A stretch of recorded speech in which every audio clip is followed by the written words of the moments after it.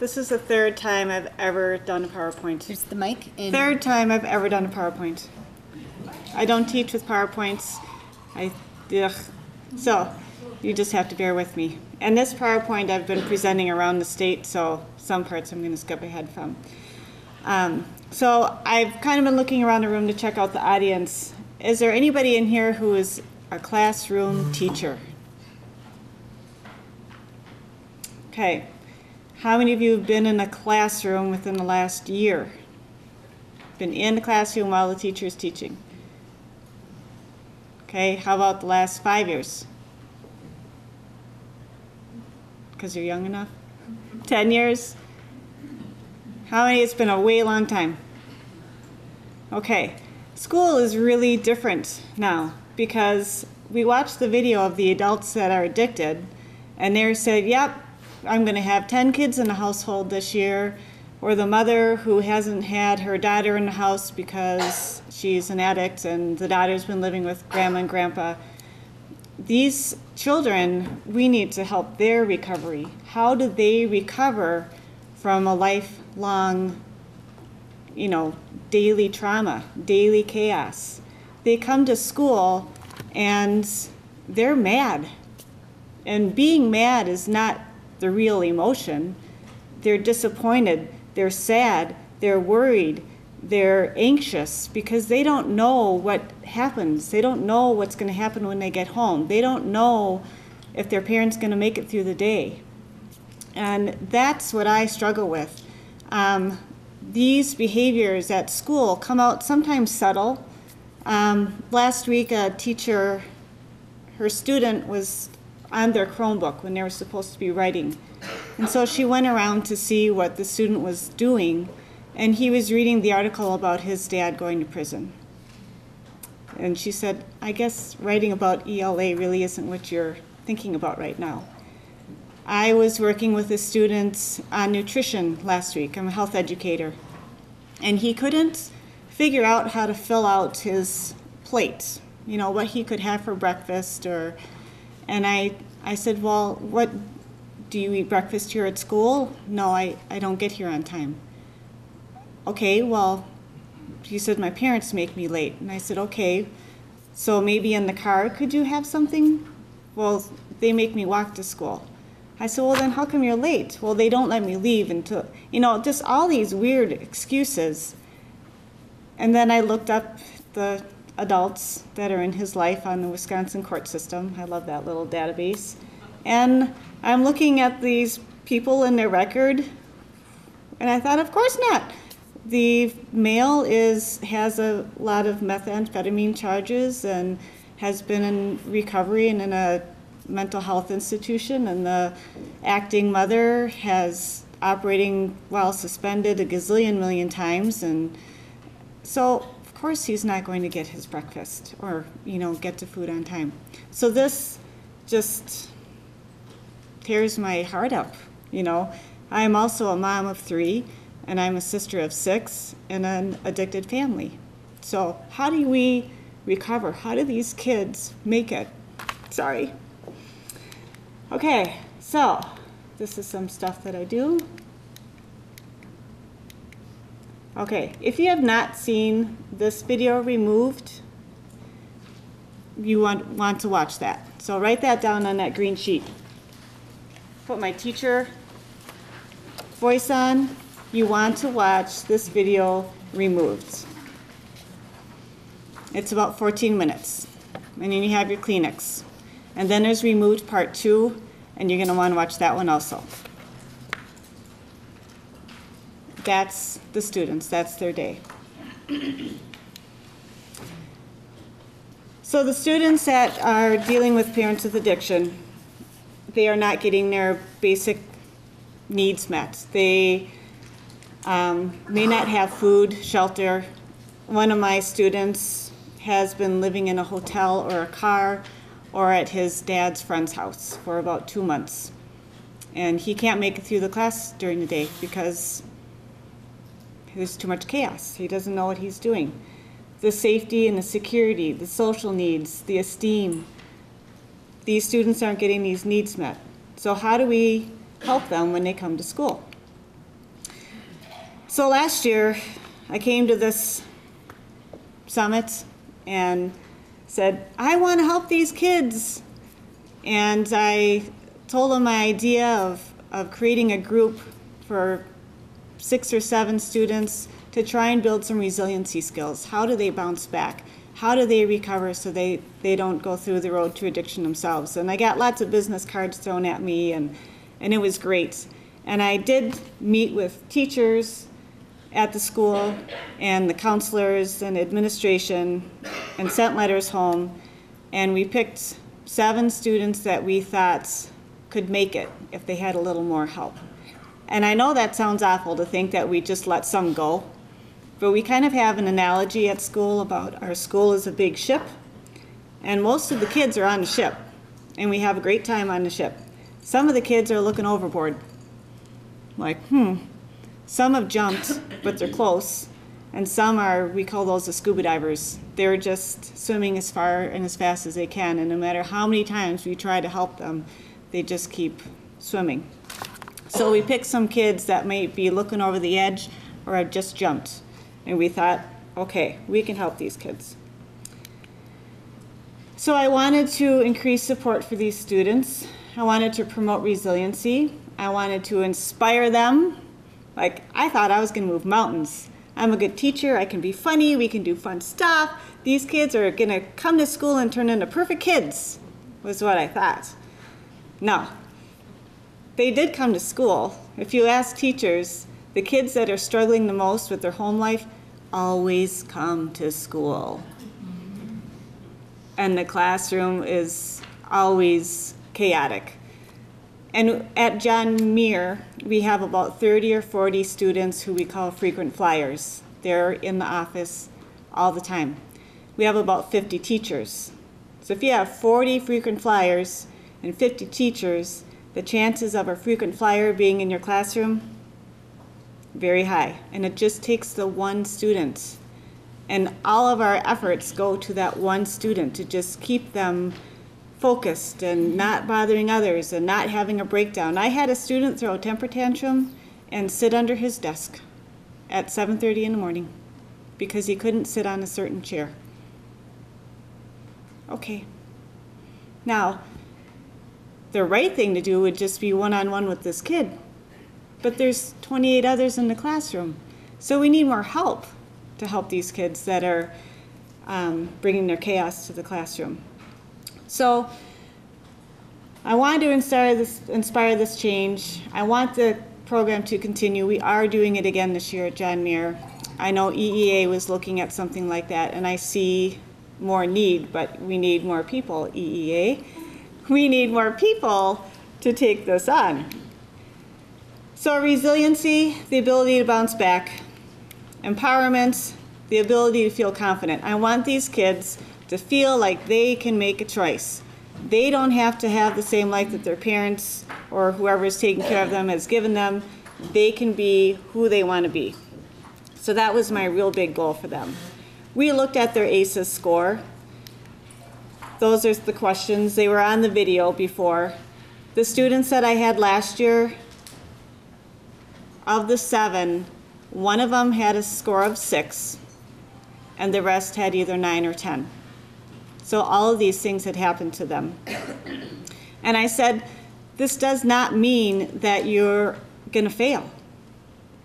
Who cares what it says that, oh, if you have a score of 4 or higher on your ACEs, you're going to become an addict. Who cares? You don't have to be. Everybody's given a silver platter. Everybody has the same opportunity. Yours is just a little dented and tarnished, so we got to clean it up a little bit. We can do it.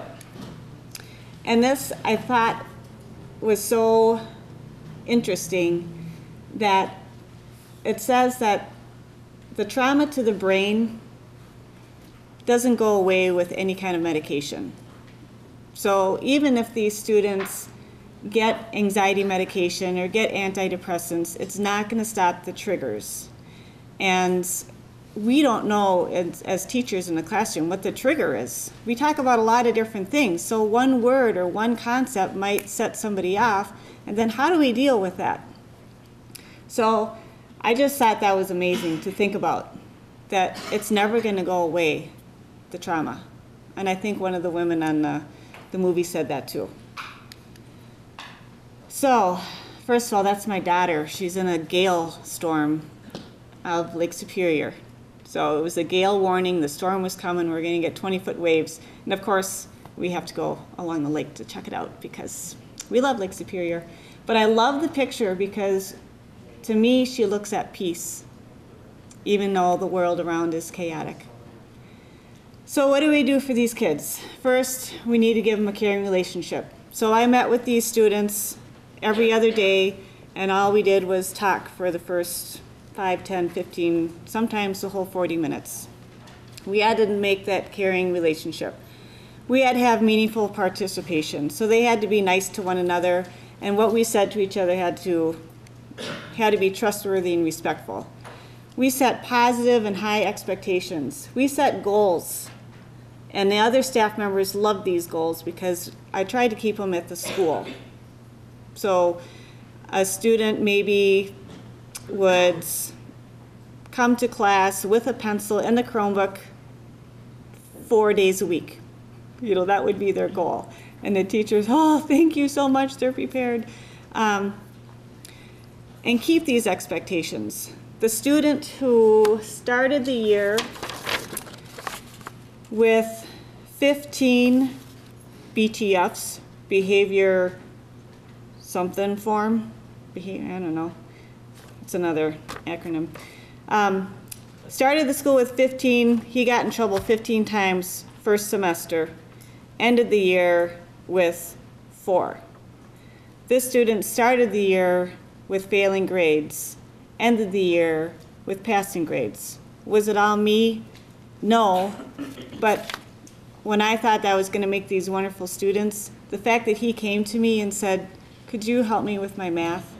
I'm a really terrible math person. I should have helped me.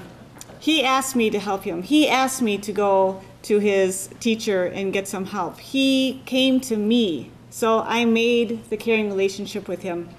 And I think he did the best of all of them. Another girl in the class had 8 behavior things and ended with absolutely none.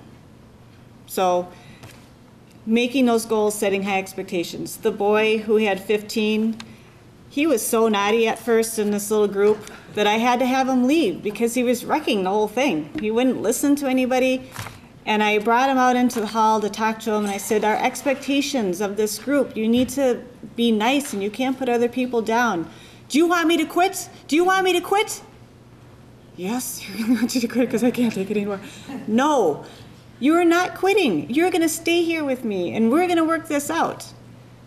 Have to have the high expectations. If I told him he could quit, then what did I tell him? You're not worth it.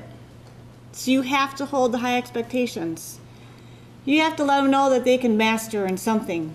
The real talk, creative expression, service to others, having some kind of identity is all the things that they need. So my big dream last year was to go curling. And I thought of the analogy that these kids are like stones and the adults in their life just kind of flick them out there. Go, figure it out. How are they going to get to the house? How are they going to get to that target at the end? Who's going to be their sweepers? Who's going to knock them out? And that was the basis of this group. So B.A. Esther Greenheck Foundation took us curling for the afternoon and fed them food. And at first they didn't want to do it because you have to get in all these weird positions. Have you ever gone curling? You're like on the slippery ice, bent down and around, and you have to be athletic. And they were, I'm not going to do that, but we all did, and they had fun. And we showed some vulnerability together. So that was the first thing that we did. These are, again, their expectations and setting goals. We have an activity called the Path of Life. So this grid, there's only one way through it. And the whole group, I did this with my health class. This is not my choice group. But everybody has to get through the path without talking. So the master, the person with the folder, he knows the way through, and then the other kids have to make their way through also. And then in real life, can we not talk to one another? No, we can talk to each other. We look at other people, what they did. So teaching them to talk. Creative expression. This was another activity we did called the Raft of Life. How can they, who in their life is supportive of them? Who is not so supportive? Who should be supportive but it's a little weak at it? And it could be a what? It could be the dog. You know, if you have the dog, you could talk to the dog, but the dog might just walk away. Or you might want to cuddle with the cat, but the cat's not really into it. Or the 2-year-old brother doesn't even know what you're saying. So who can you go to in life to talk to? Our last big project was these billboards for their creative expression. So the students made 5 resiliency billboards. And again, B.A. Esther Greenheck Foundation helped us, along with Lamar Advertising. And it says, your life, care for it. But it also says, you are it. So at the end of the school year, all these billboards went up around town that they made. And then I went into my principal's office, which he doesn't always like when I come in there because I always have some big idea. And I went in and I said, hey, do you think I could get some money for a bus to take these kids around to see their billboards? Because that would be really cool. They really need that. He says, we're out of money. I said, okay. I walked out, got on my cell phone, called Colby, do you still have that trolley? Sure. Would you be willing to drive 7 kids around town to see some billboards? Sure, we'll do it for free. I'm like, yes. Get into the car, call my principal back, I got a trolley. So they loved it. We had a great time. Yoga. We did some yoga. Service to others. This was not the My Choice group either. It was a group that I felt might be in My Choice. You know, we potted flowers and brought it to the neighbors that live around our school. So service to others, showing that we can care. The coolest, I thought last year, was we made comfort kits. What would kids who get taken out of their house want if they're sitting at the police office for who knows how long, waiting for another placement? And they came up with these tie blankets and some coloring books, and we wrote them a nice letter, just showing, hey, somebody's here for you. We understand. That was really positive. We delivered those, and then that day the police officers used one because a student lost their house to a fire. So we knew right away we could make a change. Real Talk, again, another activity that I do. Superhero, another activity that I do. And then my references. So that's the My Choice program. I've started it again this year. I have 6 students.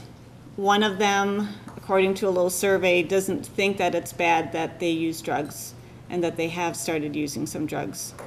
The rest say that they have not been using any kind of substance yet. So we're doing okay. We've just set our goals. The teachers are very excited about this. What they want to do for their reward is go to the movie Wonder. You know, it's coming out. So Friday, November 17th, some special people that are going to present in a little bit are giving us some money so that we can get the bus and I can get a substitute teacher and we can go to Wonder. So in the end, what do we need? Where can we put our money? We really need mental health services at school. We need somebody that can be there, that can sit in a room all day and wait for kids who are just at crisis or having a traumatic experience and need a place to go. We don't have the room, we don't have the resources. I would love to be the person that goes in the morning and just eats breakfast with these kids. They can come in, sit down, eat breakfast, debrief, and then go to class. We need that, but we don't have that. We need some place for these 30 to 40 flyers because they're in the office every day. And all of our staff, our counselors, our resource officer, that's what he deals with every day. Our resource officer is not in our schools to prevent intruders. Yes, if one came in, he would be there. And he's an Iron Man guy, so I'm like very secure with him. He deals with trauma all day and the kids. And he sometimes has to go take them out of a classroom. Can you imagine 20 years ago a police officer coming to the classroom to take a student out? It's an everyday thing. And that's sad. So that's where I am. That's where my heart lies. We need more support and help for these kids at school so they don't end up down the same road. Thank you.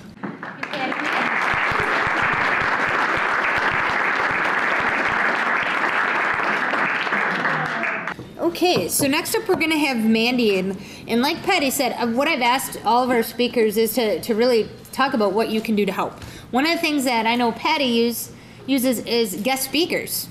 Like they had La from EEA come in and talk about discipline and martial arts, right? Or was it? He talks about why his road to resiliency and empowerment. So, there's always opportunities for you if you're interested in going and presenting to the students or being part of that program. I'm sure Patty would love to have you. Yes. All right, Mandy. Miss Mandy. So next up we have Mandy Southers, who will talk a little bit about Darjun, recovery coaching, and all that good stuff. It's all you, man. Always got to lower this thing here. Short people problems. So my name is Mandy Southers. I'm the CEO and founder of Darjun Recovery Community Center and Services. So to start with, every time I presented like a year ago and back when we started, I would have people come up to me afterwards and go, "What does Darjun mean?" So I'd rather have you guys listen to all of this and not sit and go, "What does Darjun mean?" the whole time. So Darjun is my mother, Darlene Southers, and my grandmother, June Peterson, both from Wausau, Wisconsin's names put together.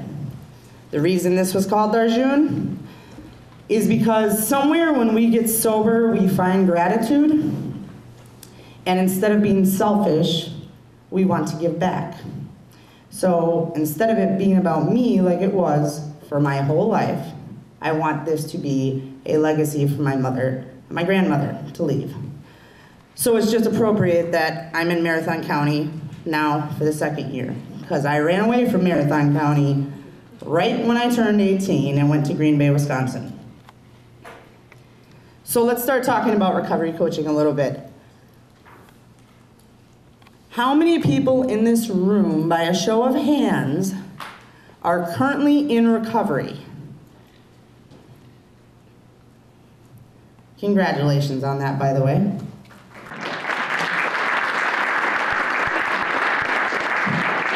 I don't like cooking. When I got sober, I learned not to hide.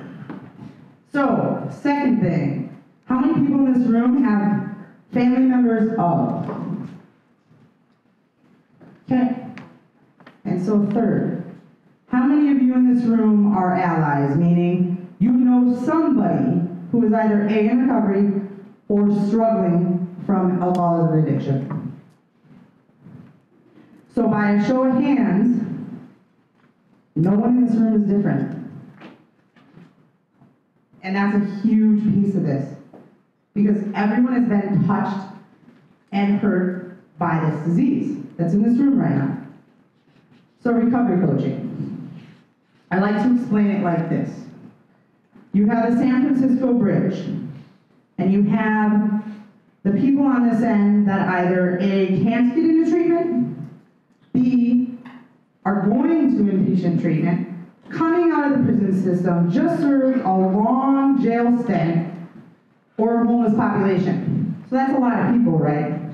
That's a majority of addiction in the United States. On the other side of the bridge is what we call our recovery community. That community for somebody struggling can be the scariest community that you ever go to. Number one, you do not trust anybody. You usually do not have a higher power. And thirdly, you don't even know if you want to get sober half the time, because you live your whole life using, and so that's what you're used to. So how do you get to a situation where it's going to be very uncomfortable when you're so comfortable in the current situation that you're in? So what a recovery coach is a mentor and a guide. It is that person that takes the person that's scared to death to go over that recovery community area, and they help walk them there. So what I've learned, and I am a person in long-term recovery from drugs and alcohol, 6.5 years, is that if I could just trust one person, I could trust 3 people. And then if I could trust 3 people, then I could learn to finally trust a group.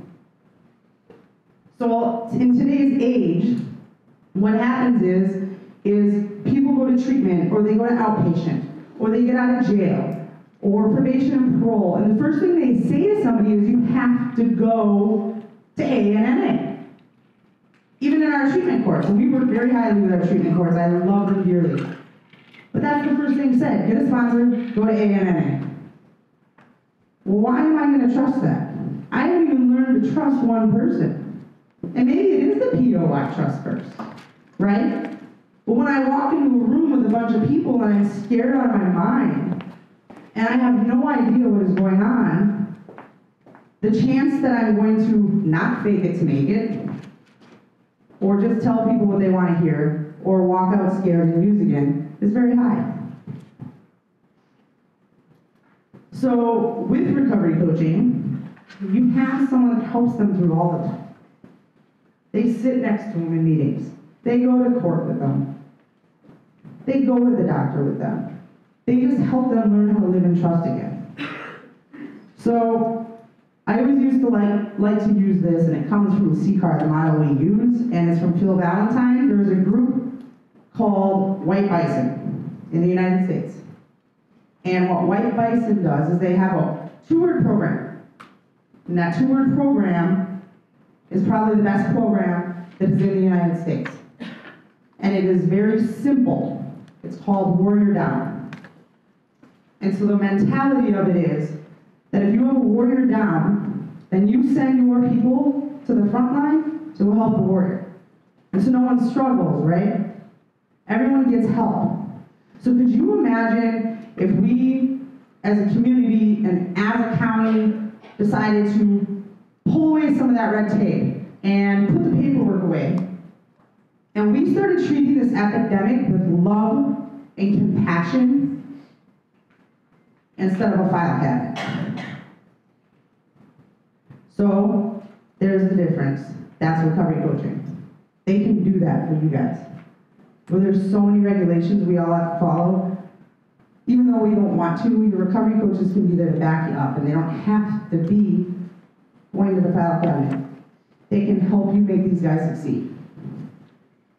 So I would like our recovery coaches, which we've trained 60 in the last few months, Marathon County, not all of them are here today, but I'd like them to come up, please.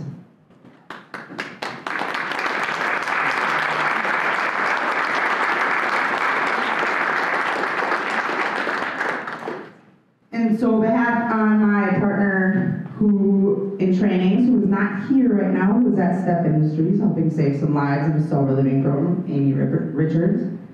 I'd like to say we are absolutely honored to have been brought in for the last year to train these coaches. They are quite amazing. So this is what I have to tell you right now. Marathon County, this is your new front line. And so how do we use that, and are we going to use it? Because if we don't, it's a waste of time and no change happens. The AOD partnership, Melissa has worked very hard at getting this done since last year. And I can tell you, I've driven to Wausau a lot. I probably see my mother more this year than I've seen her in all the years living in Green Bay. I have a reason to come here at least once a week. And she's thrilled about that. So, as you can see in front of you, you have got people in recovery. People in recovery, could you raise your hands? Can I get our family members up to raise your hands? And can I get our allies to raise your hands? So you've got a good mix of everything you need to help. And so I like to always joke when we do this, when we bring in recovery coaches to a county, I'll always say, so note the allies, because they're usually the people that will pass your background checks quickest. But then note the people in recovery, because those guys are the ones with your lived life experience, so then excuse those background checks. Because you've got a lot of support between everyone up here.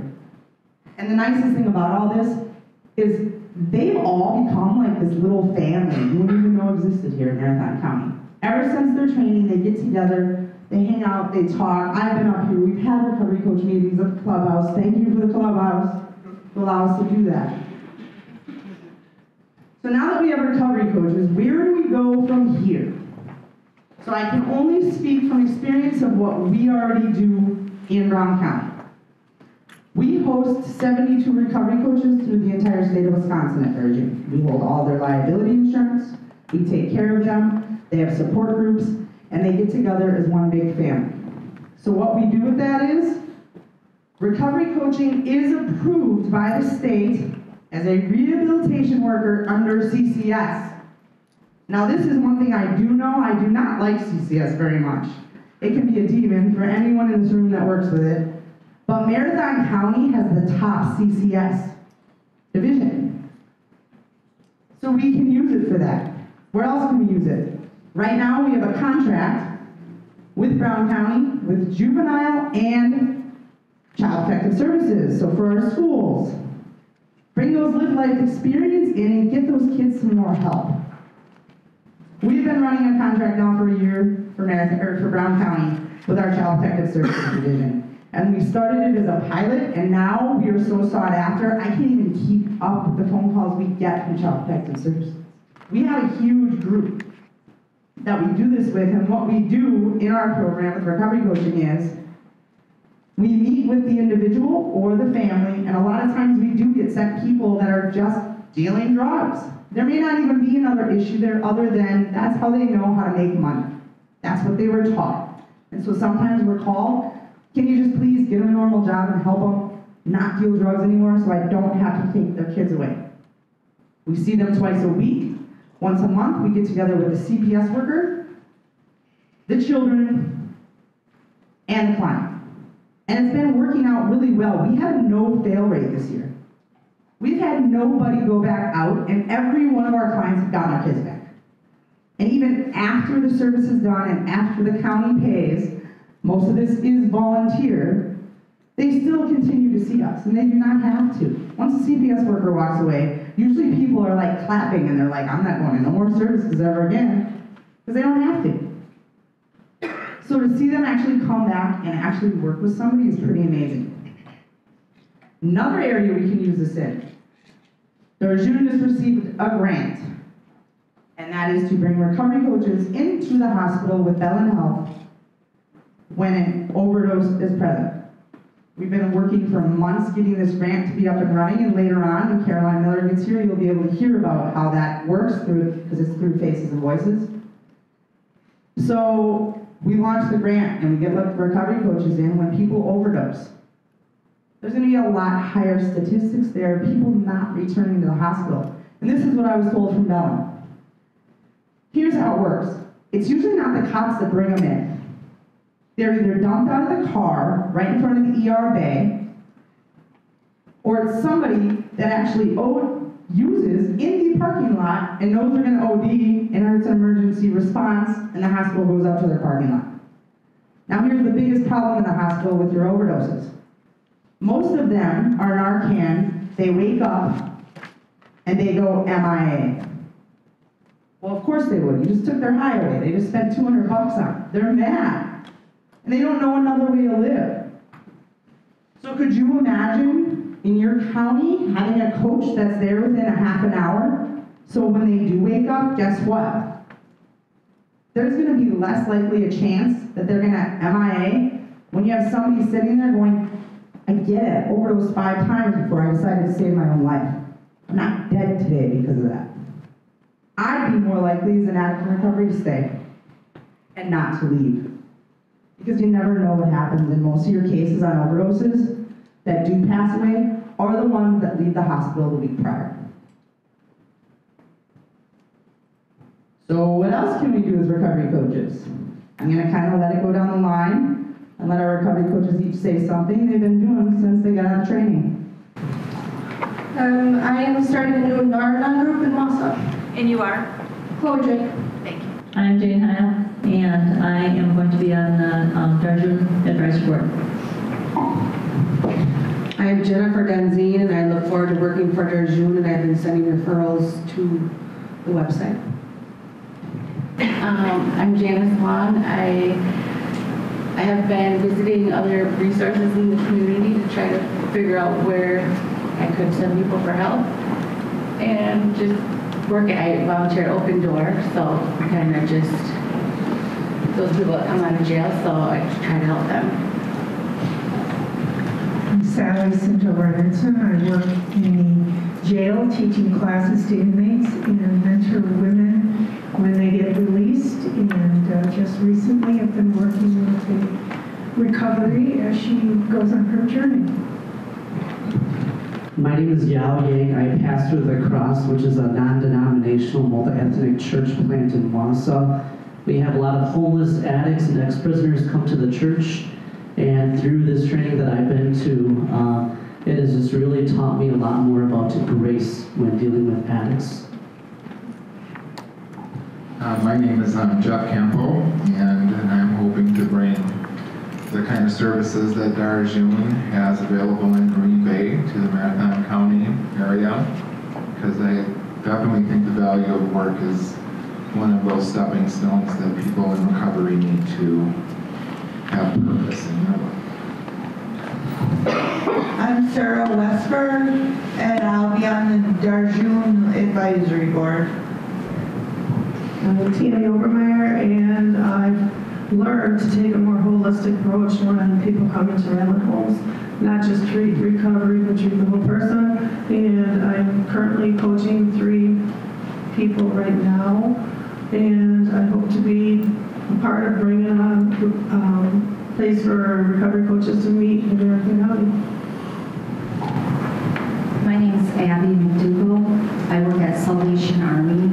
I'm a case manager, I'm in recovery, and I incorporate coaching into my case management. My name is Nate Stetzer. I'm a community resource officer with the Wausau Police Department. I actually look at myself as a link, not only for the people who are recovery coaches, but I have contact with people who are either looking for resources or are already in resources and looking for more. So I'm a link, and I'm also currently looking at a different program called LEADS, which is Law Enforcement Assisted Diversion, which basically partners a treatment specialist with law enforcement and go out and make referrals and contacts everything. I'm Nancy Stansel. I work as a crisis professional at North Central Healthcare. Darjun has given me more opportunities to learn many ways of linking help in my community, and it's desperately needed here. My name is Julie Banky. I also am on the advisory committee for Darjun and looking forward to this amazing journey. I'm Ron Alexander. I currently coach one person and am working with 2 referrals. One is a person that's just going to complete treatment today at North Central Healthcare. And I'm kind of looking forward to being involved where we would have like a drop-in center, hopefully a recovery center, and we would have an on-call list, and we'd have a phone number so that those of us that are interested could be on an on-call list, and there would be some kind of a place and a number where people could call to get a hold of us. So I'm hoping that comes soon. Last but not least. Hi, I'm Michelle Zuka, and I work at Community Corner Clubhouse. And so last year, when I came to this summit, I learned about recovery coaches. I'm so excited. My goal is to make this a permanent thing in our area. We need it. We need more treatment. We need some feet on the ground to help people, boots on the ground. So I consider myself a link to help connect services and keep this community engaged and interested in pushing this initiative forward. In my role at Clubhouse, I meet with people every day that have addiction issues and need help, and I help connect them to recovery coaches that can meet with them at times that I can't. And this is news, Randy, that I get to hire our first recovery coach. So starting in January, we got approved for half-time position starting next year. So that will be our first one in our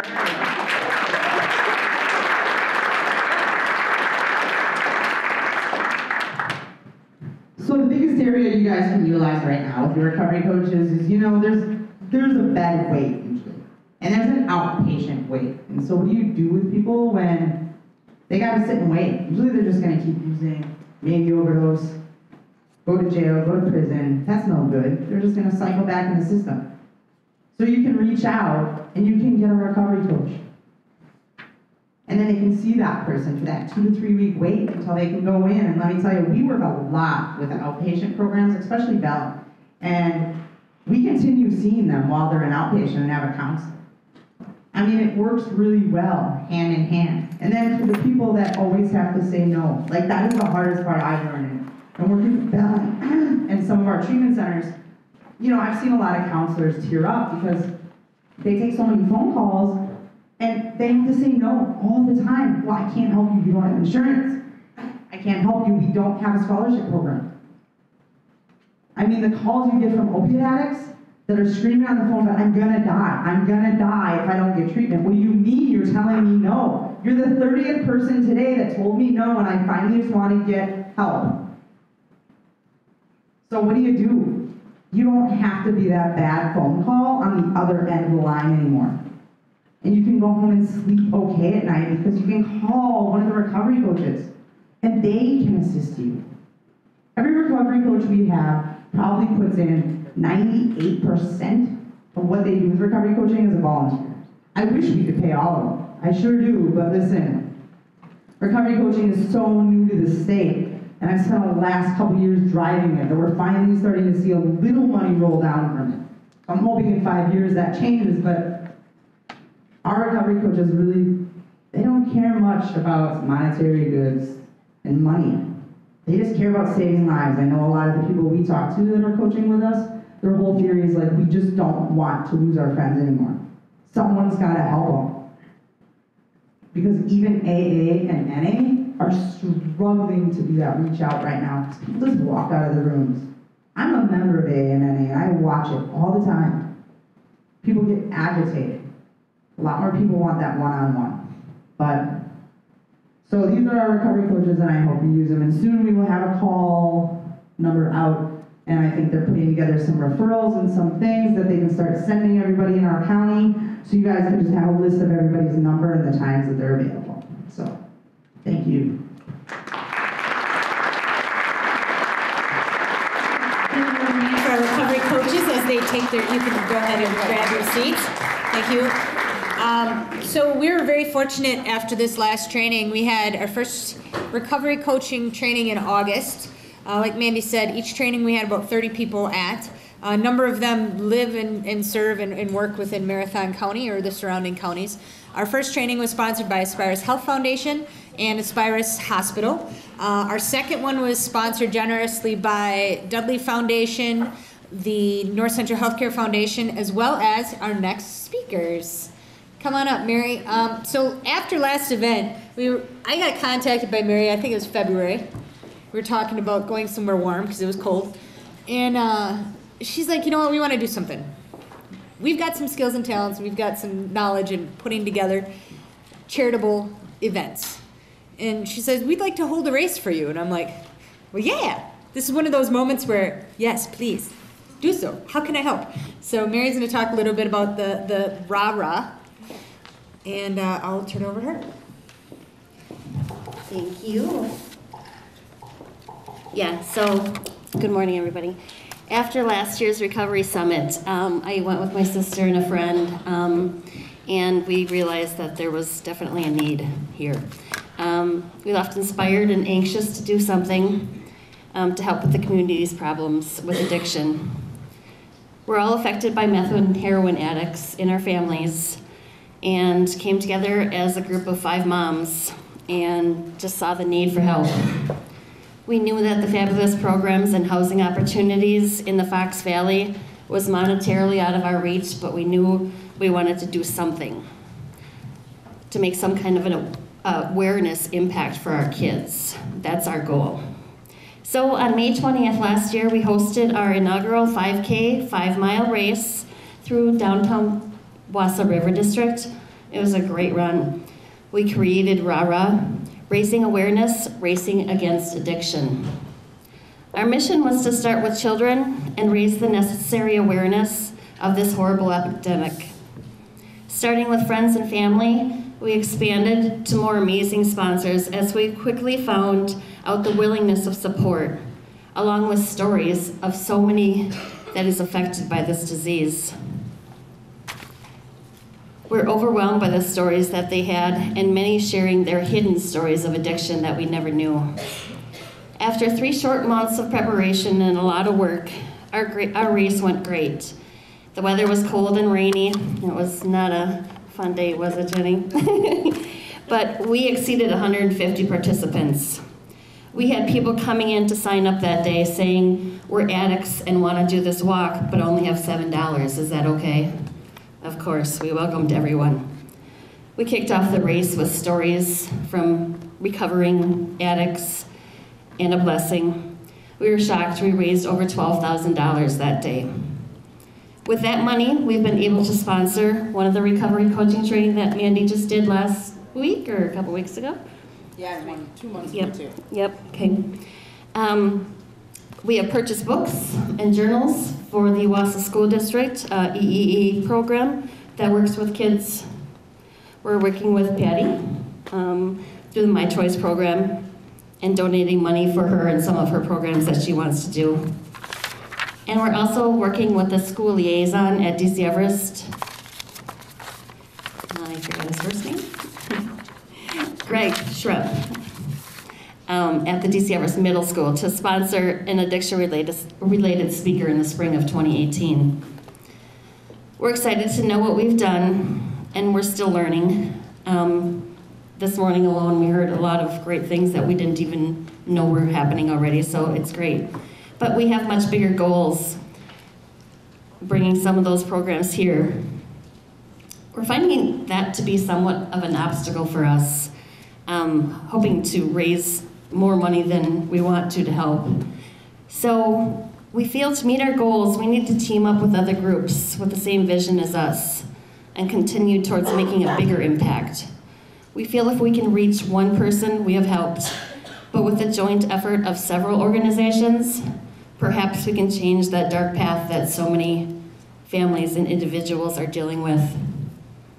If you or your organization would be interested in partnering up with us, please see me and let me know. Maybe we can all light the path one step at a time together. Our next race is planned for May 19th of 2018. Planning's underway. We have a magician, entertainment, and this year we'll be doing a cookout to follow the race. It's going to be held at Tribute Golf Course with 3 different routes this year, 1 kid-oriented, a longer one for bigger runners, and then a 5K. We hope you can spread the word and come join us. Thank you.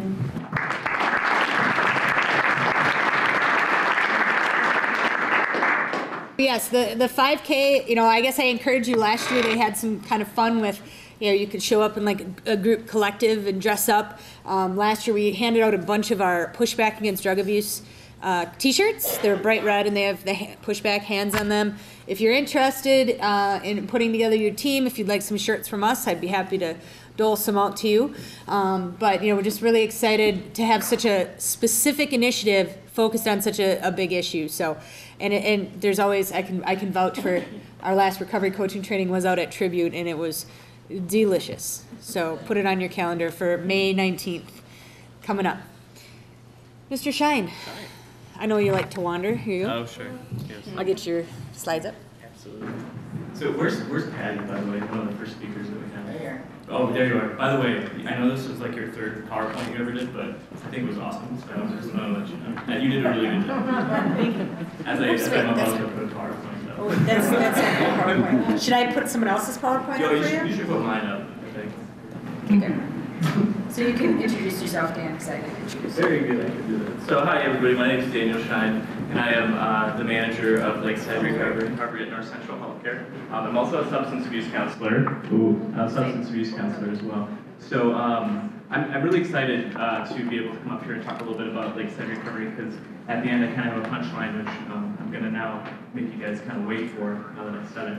But it's really exciting to talk about. But so I've been in this community for about 5.5 years now, and so when I first got here, one of my passions and one of my missions that I had was to just effortlessly, or not effortlessly, with as much effort as I can, like increase access to substance abuse treatment, and also just kind of help build the recovery community. So if I could go back in time and go 5.5 years ago and just take a look at this community right now and take a look at this event and be able to say that how far we have come since then, I would have not believed it, actually. So I just wanted to say that right away, because I think this is really probably one of the best things that our community is doing right now. So a couple things that I want to talk to you guys about. If you haven't heard of Lakeside Recovery, I'm going to kind of give you a little rundown.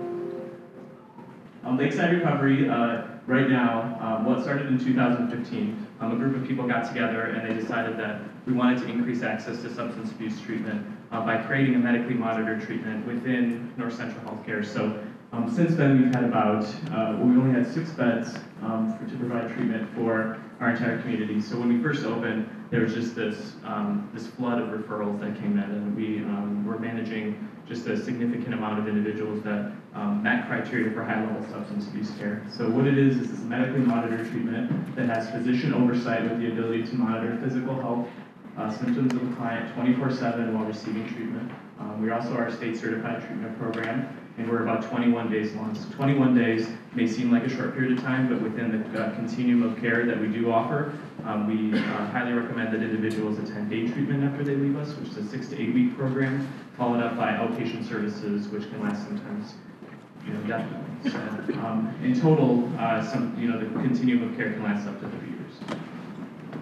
So this is the back side of Lakeside Recovery. I just wanted to add that picture on there in case you guys haven't seen it. Treatment programming includes a lot of these things, so interactive journaling, group therapy, individual therapy, substance abuse education, co-occurring education, guest speakers, dietitians, activity therapy, introduction to community-based recovery groups, and community reintegration. One of the things that we learned about our community was that there's a really strong link between connecting individuals to the community before they leave. So a lot of the individuals didn't have a lot of structure in their lives. A lot of the people didn't have the ability to feel confident when they left. So the clock starts ticking at 21 days to be able to try to integrate them to as many resources as we can in the community. So that's why being able to be here today is so interesting, looking at all the new resources that are coming up and how we can utilize those. So here's a quick snapshot of what a day in Lakeside Recovery might look like. Anything that's highlighted in yellow is a certified treatment curriculum. So if you add that up to per week, the state requires that we do about 12 hours of substance abuse curriculum per week. We're doing about 24 hours, so we're doubling it.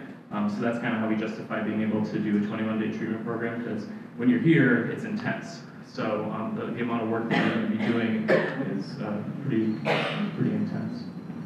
Another thing that I'll add to is when you come into the Lakeside Recovery Program, it is not the old school institutionalized way of looking at treatment. It's a celebration. When people come in right from the beginning, it's open arms, welcome opportunity for people to connect with the people that are there. The first thing that they do when they come into treatment is actually attend the graduation of the person that's going to be leaving that they're taking the bed for. So being able to connect those individuals to the success of others has increased our ability to maintain them in the treatment program. So we've actually are now celebrating about 83% graduation success for everybody that's entered the treatment program, which is good. So that's what our view looks like. That's why we call it Lakeside Recovery. Not right now though, because it's cold. So this is our kitchen area, common area. This is an area where everybody sits together every night, in the morning, in the afternoon, and at night to enjoy meals together. And our staff are also having meals with people as well. Some art. So if you notice a lot of the art that's in the treatment program, this is actually selected from the clients that were staying in the program as it was being created. So a couple of the things that are on the wall were sayings that were chosen by them. So let's be true to who you are. The other one says, every day that I draw breath, recovery is possible. Yes, we have a piano.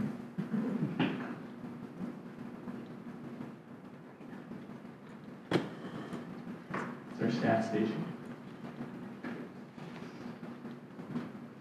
All right, so So a lot of times when I come up and I speak about the treatment program, people have a lot of questions. So obviously, if you have any more, I can address those when we come up to the panel. But so since 2015 of July, we served, and this is the data that I tracked on 9/25/2017, but we served 231 clients.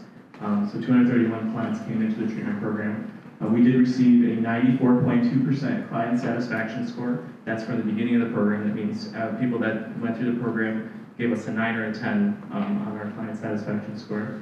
A little over now, but 80% of our clients have successfully completed the program. That means they went through the entire substance abuse treatment program all the way to graduation. We've successfully transitioned 75% of clients into continued outpatient treatment in 2017 through North Central Healthcare. So the other 25% may have gone to other agencies. Helped 90% of clients secure housing. That means that after the survey, they said that they did have secure housing by the time that they left treatment. 92% of clients had no law enforcement contacts within 7 days after discharge, and then that drops down to about 85% within 30 days after discharge. So a couple other initiatives that we've been working on. We're increasing collaboration with community treatment and outpatient programming as well as Clubhouse. Definitely today, I think one of the coolest things I've seen in a long time is watching the recovery coaches come up here and be able to talk about the things that they're going to be doing. And I think that increasing our collaboration with them is going to be really important. We actually have one recovery coach right now that's working with somebody that's graduating, and we're really excited about it. So we're also developing peer support groups and opportunities to address continuous recovery needs. Every Sunday, anybody that's graduated from Lakeside Recovery has the opportunity to come back and celebrate their recovery with them in the treatment program. Working with families, employers, and the Department of Corrections. I'm actually going to the jail about once a week, meeting with clients that are in jail, talking to them about treatment options, doing assessments so that we can coordinate care so they can leave directly from jail and come into treatment. That way we're helping to reduce overdoses because that is one of the most vulnerable times for opiate addicts. We're creating career opportunities for substance abuse counselors and substance abuse counselors in training at local colleges and building relationships with recovery organizations in the community.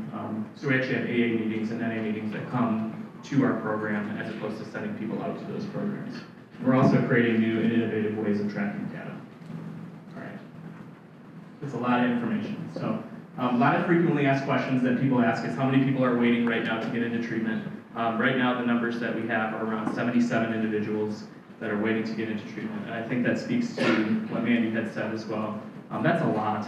A lot of people, that number has actually come down a lot by being able to partner with day treatment services and getting people into other levels of care. But mind you, these are 77 people right now that are meeting high-level criteria for substance abuse care. So that means they are IV using, daily using, possibly pregnant and using, things like that, meeting the high level of treatment care in our community. So I think now emphasizes the need for increased collaboration with our community partners as well as increased treatment opportunities. So the average length of stay is 2 to 3 months, or has been. So, and what substance dependence can be treated, we treat almost all substances that go with addiction. Another question that's frequently asked is, do all people need residential care? And just as I had said, no, that's not everybody needs the highest level of care. Only the people that are given the recommendation of the highest level of care can come into the treatment program. If they don't meet that level of care, they can be referred to a variety of other different treatment services in our community, such as day treatment, intensive outpatient, medication-assisted treatment, or outpatient. So is 21 days long enough? Evidence-based practice does suggest that the longer that you stay in substance abuse treatment, the better your outcomes, and we're aware of that, so that's why we have the continuum. And all individuals continue treatment through outpatient substance abuse treatment programs after graduation. Or that's our goal.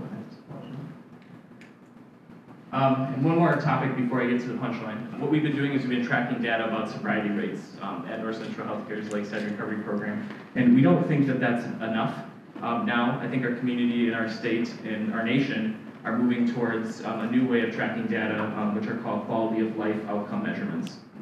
So instead of only measuring whether or not people can stay sober, we're treating people as a whole. So we're looking at aftercare attendance, how many people are going to AA and NA, how many people are provided housing, how many people are provided employment, law enforcement contact, support group attendance, and service follow-through, particularly women with dependent children or that are pregnant. So as we're starting to track that data, we're also introducing ACE scores into that data so we can track how many people or what the average ACE score for our individuals that are going through treatment are as well. So last but not least, I wanted to talk to you guys a little bit about something that my staff and myself have worked really, really hard for. So taking this opportunity to formally announce that Lakeside Recovery is in fact expanding.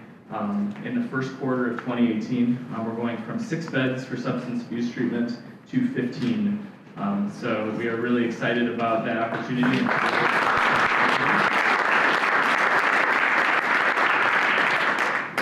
Yeah, my heart's like, not because I'm standing in front of people, that might be part of it, but this is like, we've been waiting for this. We've been one of those programs that have been working with people and having to say, you know, you can't come into treatment right now, and being able to increase that that amount, I think, is really going to help our community.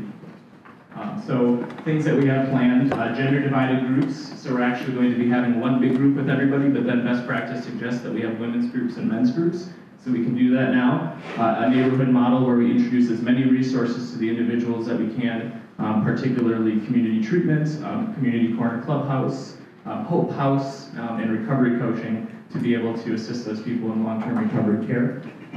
And we're also going to kind of have it be a home-like environment, but it's going to be a college as well, so there's going to be lots of computers and lots of opportunities for people to get those resources while they're there. And then we're also increasing our family groups, so inviting families a couple times a week to actually do counseling sessions with the clients, and hoping that that can increase success as well. And last but not least, I said that we're really excited about recovery coaching. Have I said that already? So, all right. So as I end today with you guys, I just wanted to leave. These are all the options that we have for substance abuse treatment at our central health care. And our goal is not to necessarily be the only provider of care, because we recognize that it takes a community to solve this issue, and it's going to take every single one of our hearts to be able to address the issue as well. So in order for us to do that, I think it's important that we educate ourselves. We understand that treatment, prevention is effective, treatment is also effective, law enforcement is effective, and also education. So if we can bring all those things together, I think that we can really change who we are as a community. So thank you very much.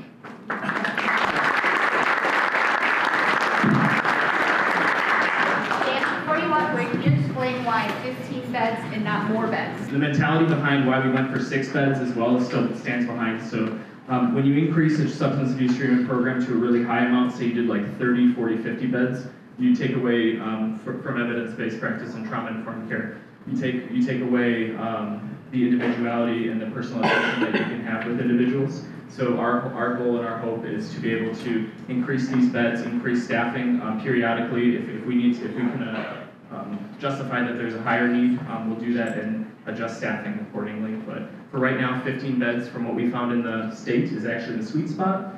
So we're hoping that that will ring true. Can you also share what kind of payment options people have for Lakeside? Because that's different than other treatment centers. Yeah, sorry, and I probably should address that. But yeah, so our treatment program is actually, we do not require that they have insurance. So that's what's pretty rare, and I think that's why you see the large number of people. We're targeting a demographic that traditionally cannot afford substance abuse treatment. So these individuals are people that do not necessarily have private insurance or do have bad insurance. In the past have been calling treatment programs asking for help and haven't been able to access that. So our treatment program does not require that, and we do a sliding scale fee because we're a county-funded agency. So we are able to do sliding scale fee for those individuals. But we do also have people that have insurance as well. Is there any other questions for our panel up here? I'm just gonna turn these on, hot mics. Just ask if you guys use the microphone when responding. Or if there's anything that you feel you missed when you were talking. First anything that you feel you missed that you'd like to share now? Go ahead, Maggie. Paper out. I will say that in the school now, we have these trauma-affected children, but it's going to get worse. Like, we may have all these people in recovery, but we still have the children that are born addicted. And in 12 years, 10 to 12 years, it's really going to hit the school system. So it's really important that we get something in place and that we know what to do when they come in, and that we get some good training. And there's also a lot of school districts that are now offering therapy for the teachers and counseling. So we do have some counselors coming to the school for students twice a week now, but there's also some districts that are offering help to the actual staff members, because it is a lot to do and deal with every day. So just keep that in mind. Okay, so we have a couple questions. So what I'm going to do is I'm going to either ask you to speak loudly or I'm going to have you speak into the mic. So how about with this the mic? Here, hold on. Hold on. You got to use it. I'm on. My question is for Patty. Thank you so much for your presentation. The work that you're doing is amazing. But the question I have for you is, how did you work on making sure that the 6 kids or 6 to 7 kids that you chose were not stigmatized for being part of this group? I mean, those 30 to 40 kids that are the frequent flyers know that they're frequent flyers. You know that they're different. So how did you ensure that those My Choice kids were not stigmatized by being part of this group? That's a good question. When I first wanted to do the group, I asked them if they would want to meet with me during school or after school. I was going for after school because during the day, I only have one prop during the day, and I travel between 2 schools. I'm like, how am I going to fit this in? But that's what they wanted to do, was we just met during the school day, and it was just, it's on their schedule as a class. So there's no stigma. No t-shirts. No t-shirts. No t-shirts. Question. My question is for Mandy. You guys talked about, we were talking about like who cares for the caregiver in terms of the recovery coaches, and maybe the program is so young right now that you haven't. I don't know whether you have anything in mind for those caregivers who are. I mean, it takes a lot to help somebody recover. So do you have anything in mind for like just continuing to feed those folks that are helping so much and giving so much? We do a huge portion in our training is self-care, and how do you set those boundaries even for our people in recovery when they're wearing all those different hats, because some of them are counselors or sponsors themselves, and now they're also recovery coaches, and which hat are you wearing at what occasion? So we like to work really highly with our self-care. We actually have a secret private Facebook group for all of our recovery coaches that they're allowed to put anything in there they want, get support from, we have a separate Marathon County one now, where they can get support at any time on that group. We also are starting to hold meetings in Marathon County with all those recovery coaches. So we've just had one about a month ago, and now with the new coaches that just got trained, we'll be continuing those trainings. So I guess the best way I really can answer this right now is, in Green Bay, we have a facility where our coaches can come. And they can come there all the time, and there's always someone there. And it's also a drop-in center for our people that are struggling, and no questions are asked, and they're not charged anything. They can come hang out all day while our coaches can do the same thing. So Marathon County self-care for our coaches is as simple as this. We need a Darjeeling location quick. And to speak to your point, some of my first 3 referrals into our recovery coaching was family members of individuals with addictions linked to other family members that were now trained recovery coaches. So they were able to help them walk through the process in which a family member would go through. to help support their loved one. So recovery coaching can be used as that as well. Our recovery coaches are available to meet with families and talk with them, because even if it's individuals in recovery, allies, or what have you, they do have linkages in that way. So I know I have a question back here. I feel like there should be music playing as I'm walking. I'm hearing it in my head. Mr. Schneider. Yes, thanks. Question for Patty. Patty, is there something in place now, either through social services in Marathon County or with local law enforcement, when a lot of times when busts are made in a home, it's 4 or 5 o'clock in the morning, maybe midnight, whatever, kids are suddenly pulled out of the home. Is there an email or some type of contact at the school that this student had a traumatic experience that night, so the teachers and the staff are aware that something has come up?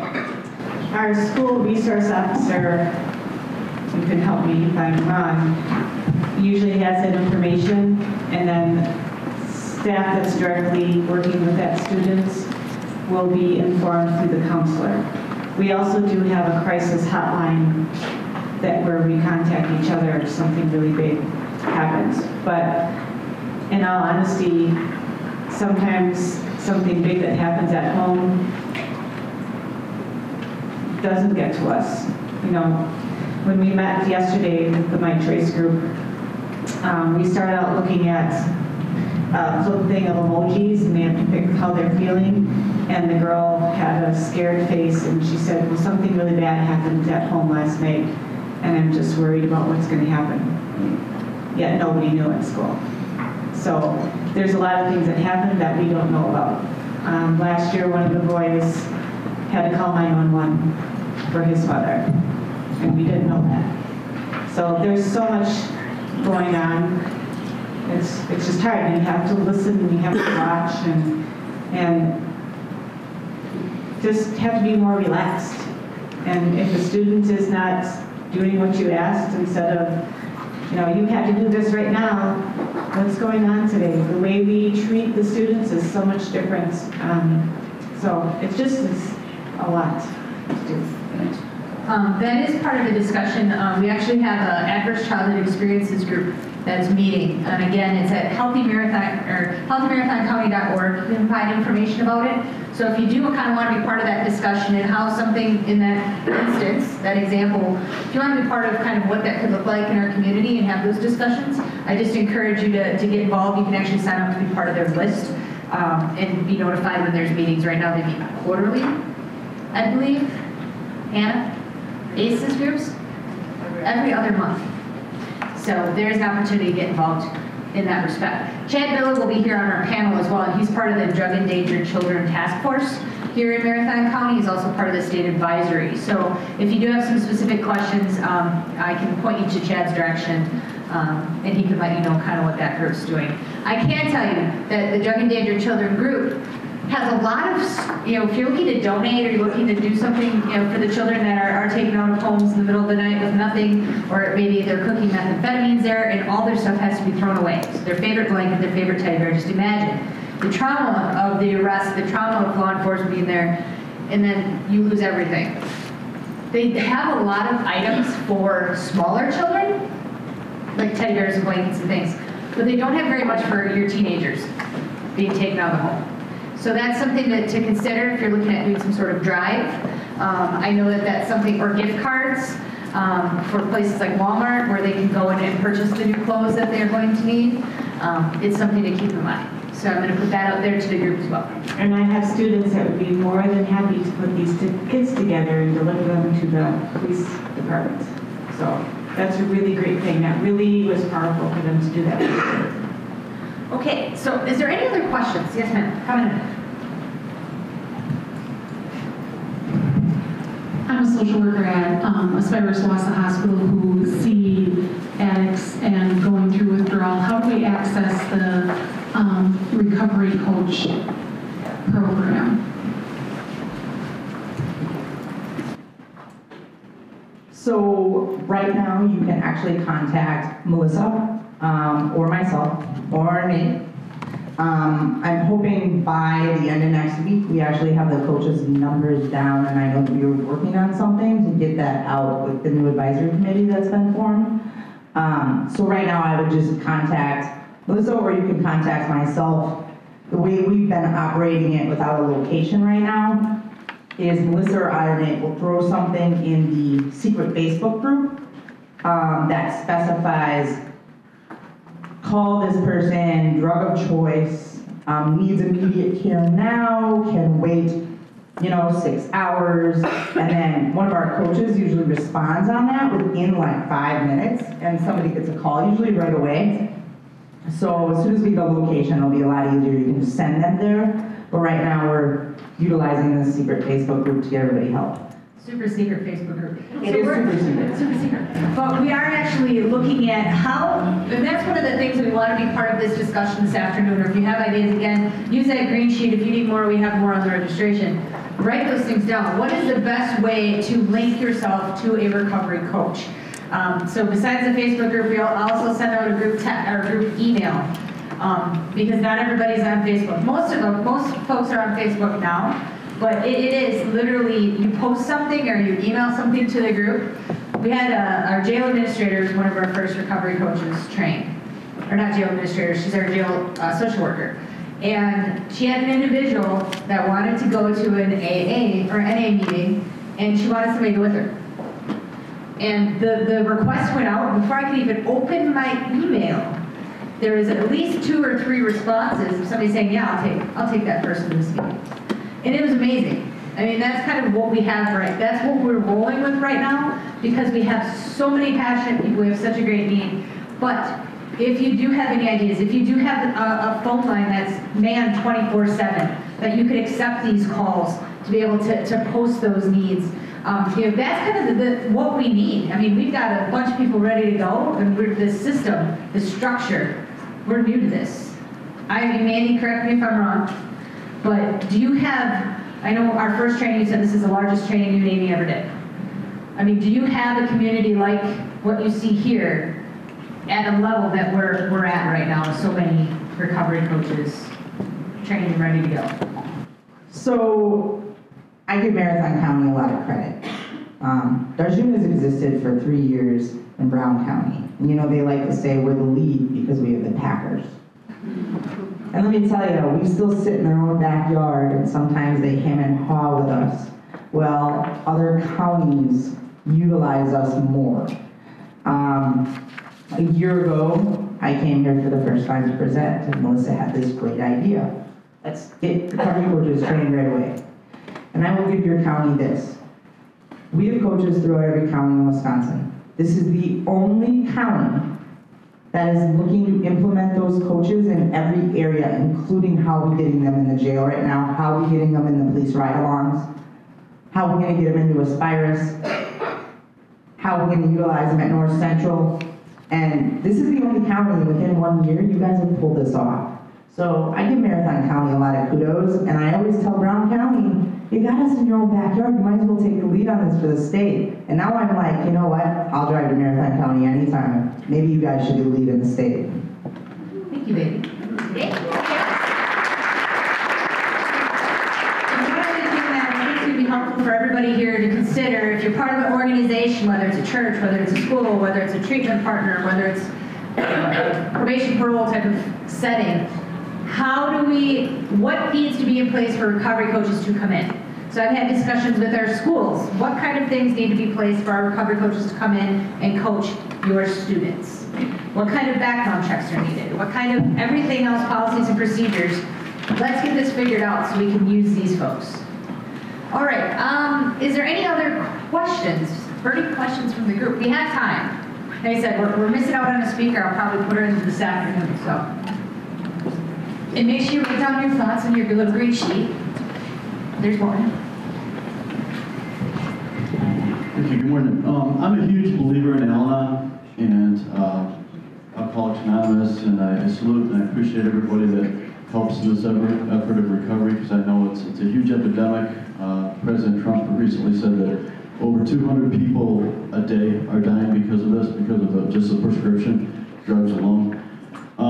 our culture has changed. There has been a huge change in the family unit. There has been a huge change in what people see on TV. We have this direct access, or I'm sorry, this direct-to-consumer advertising of drugs that you see every day, all the time. You're bombarded with it as you watch TV. And I think that's part of the problem. I think that kids are being taught that the way that you deal with any problem is you take a drug. And maybe I'm the only one that thinks that, but I think that that's part of the problem. Also, I don't think that there's nearly enough research on other, and emphasis on other types of interventions that can help people with pain. People are given OxyContin way too routinely. If they don't use it, it's in their medicine cabinet, and other people can get a hold of it. I'd like your thoughts on that. I really would, because you're seeing the end product, and an ounce of prevention can be worth a lot of cure. And I'd like to see more emphasis myself on ways that we can creatively and innovatively address prevention more. So, do you have any questions for our group? Yeah, do you have ideas on that? What are your thoughts? Do you agree with me on that? Or I, of course, have something right away. Yeah. I've been reading this book called Super Better, and it's a woman who had a severe concussion, and it had been over a year that she still was not living her life normally. She still couldn't read, she still couldn't work, and she said, I'm either going to commit suicide or I'm going to win this game. And she started researching games, the art of living gamefully, and being the health teacher. Anytime the students say that they use video games to relieve their stress, I'm like, oh, are you kidding me? Go outside, run around. But they've done some research for pain, and they went to a burn unit, and the worst part of the burn unit was having the bandages changed.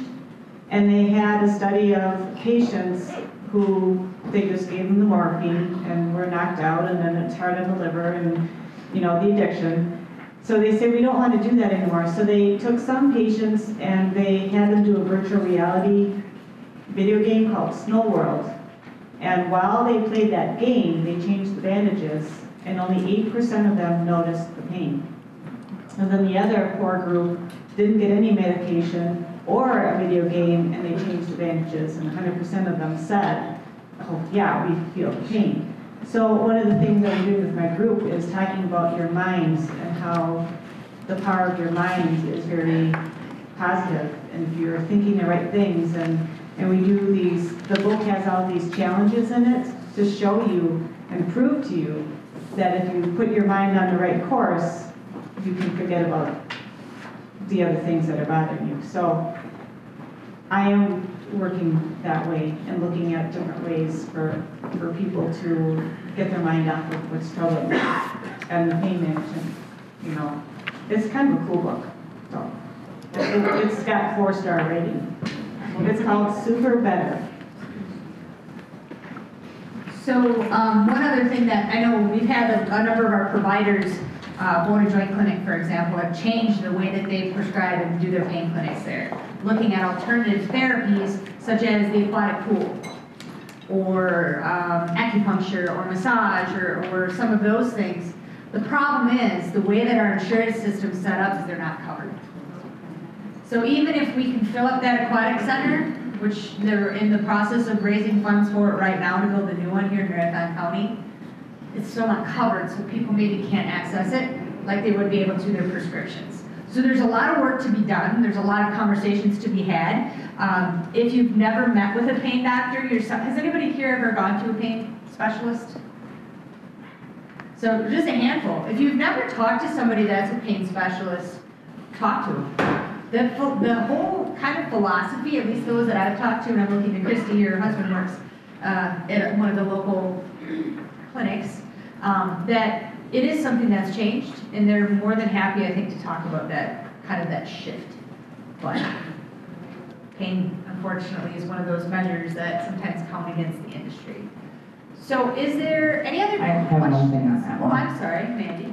So, prevention is key, and nothing is going to change until we target that area. We spend a lot of time doing aftercare, we do not spend time doing prevention.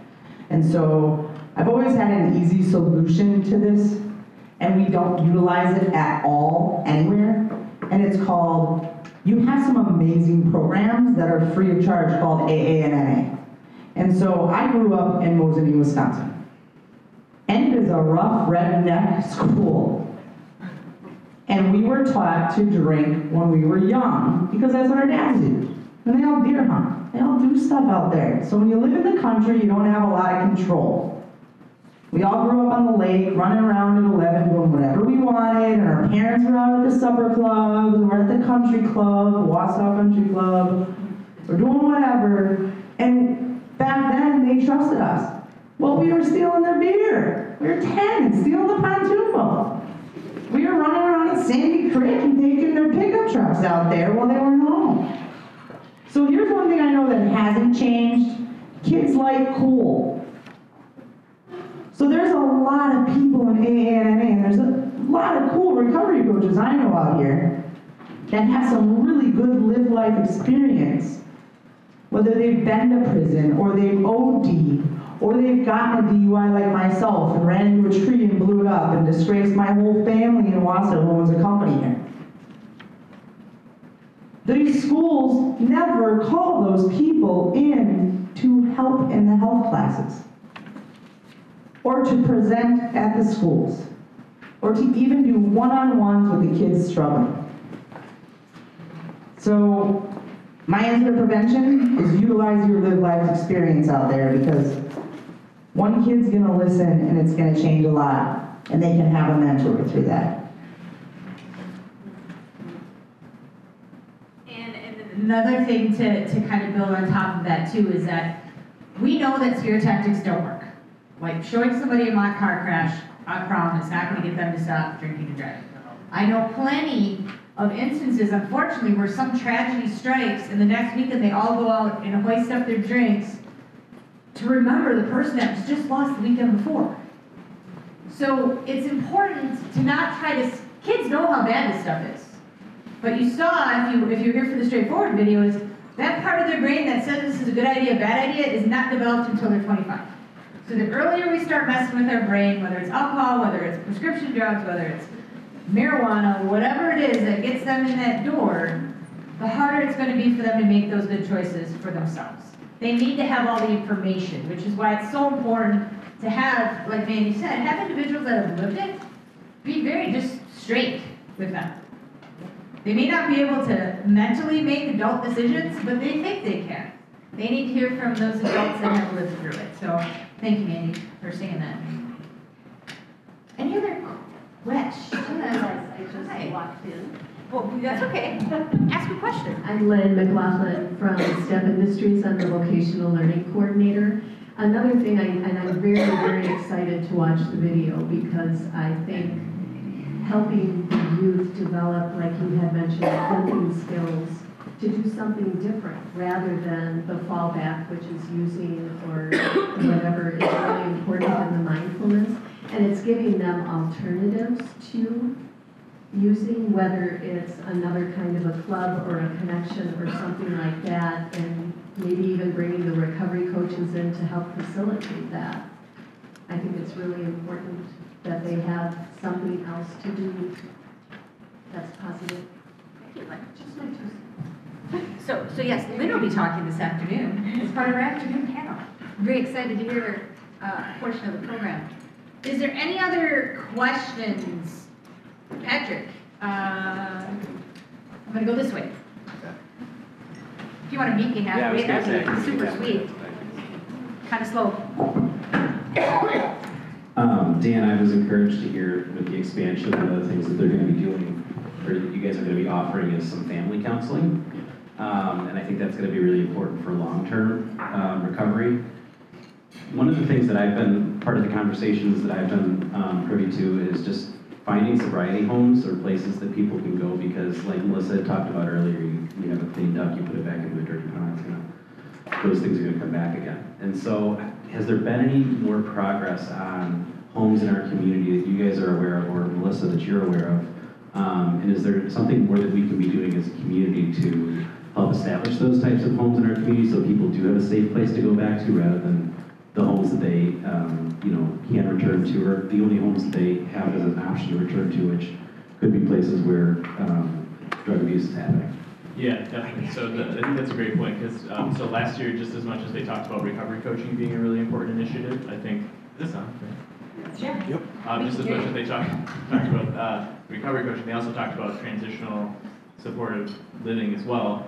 So I know that Brown County, I know that Appleton area with Mooring House and Nova, they have a lot of transitional living models and things like that that they use as best practice when people are going through treatment and then after treatment as well. I think in the afternoon they're going to talk about that a little bit, so they're going to touch on it. But as far as our community, we've continued those bubble groups where we continue to have those conversations with people. So there's been increased collaboration with the Hope House. So I'm not sure if you guys have heard of Hope House at all, but Hope House is actually a transitional living home that is kind of sponsored and run through Community Corner Clubhouse. So, which is interesting because we also now have this connection through recovery coaching and Community Corner Clubhouse. So I think that as we continue to do that, we can use that model and use that home to be able to connect with people. But that's not the end-all answer, however, because I think that what we need to continue to do is, just as we're having these conversations with recovery coaching, I think we need to have conversations about who in the community is ready to have, maybe it's Oxford models, maybe it's the Nova model, different types of houses that are available to people after treatment. Because, like I said, the best practice suggests that the longest that you can keep somebody in treatment, the better that the outcomes will be. So in order to do that, housing is like number one, I think. Okay, and Dan, I know that, You want to introduce yourself? Wait, what? It's on. Just introduce yourself. Oh, I'm Tammy Obermeyer, I'm the manager at Ryland Homes, and it is a sober living transitional home, and, hi? I forgot, also Rainbow Homes.